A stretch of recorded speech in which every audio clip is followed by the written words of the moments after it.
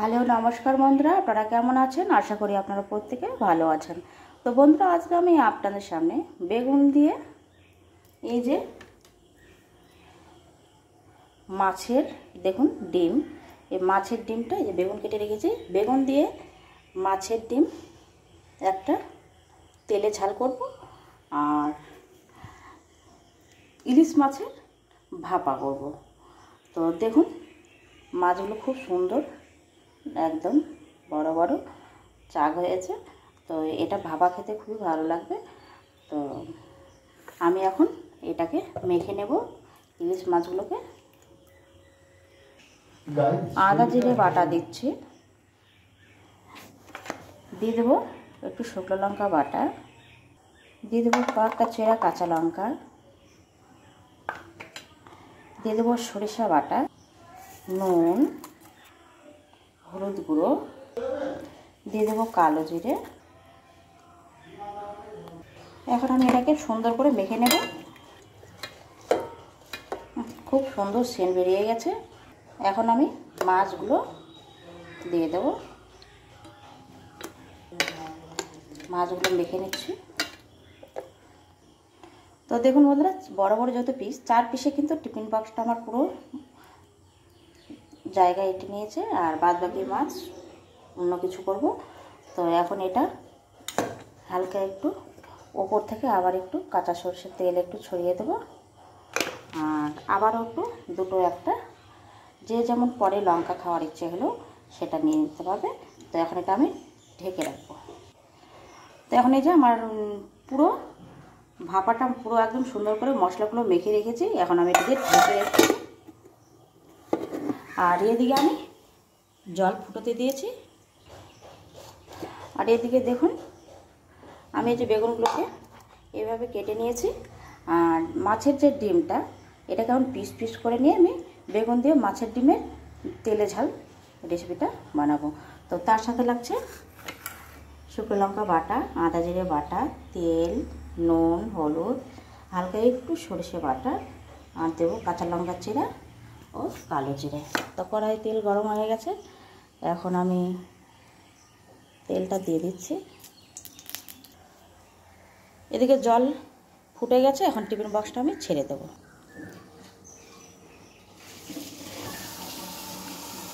মাছের ডিমগুলো ভেজে নেব।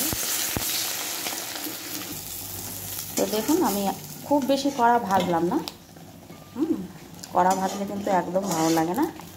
তো হালকা করে ভেজে নামিয়ে নিলাম।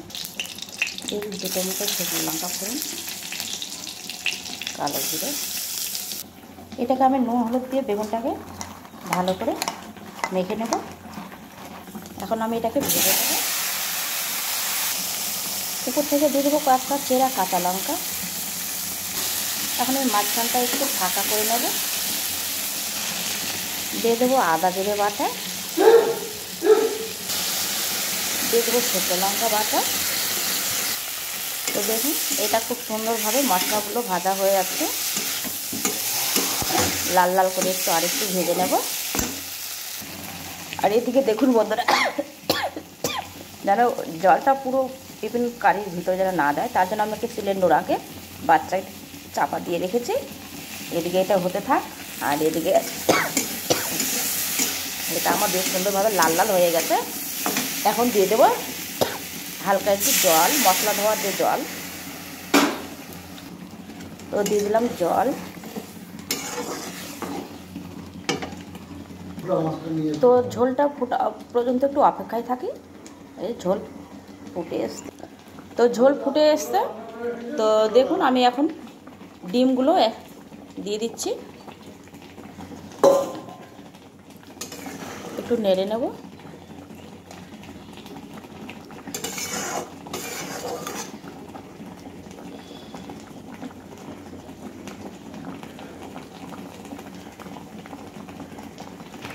তো খুব সুন্দরভাবে ফুটে উঠেছে।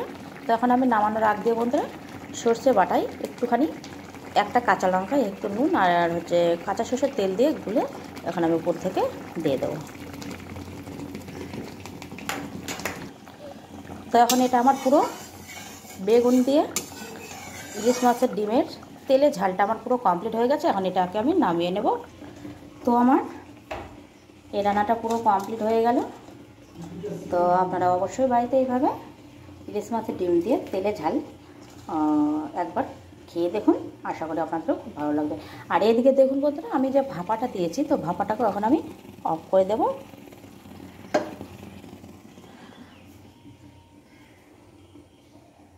আজকে ইলিশ মাছের দুটো রান্নার রেসিপি আপনাদের সামনে শেয়ার করলাম। কথা বলবো না। তো এখন এটাকে আমি খুলে নিচ্ছি, দেখি। খুবই সুন্দর সেন্ট বেরিয়ে গেছে। আর দেখুন মাছটা খুব সুন্দরভাবে একদম পুরো তেল ছেড়ে দিয়েছে সিদ্ধ হয়ে যাওয়ার পর। তো আজকে আমি দুটো রান্নার রেসিপি আপনাদের সামনে শেয়ার করলাম। তো আপনারা অবশ্যই লাইক, কমেন্ট, শেয়ার ও সাবস্ক্রাইব করতে যেন ভুলবেন না। আমি আবারও নতুন নতুন রেসিপি আপনাদের সামনে নিয়ে আসার চেষ্টা করব। তো আজকের মতো টাটা।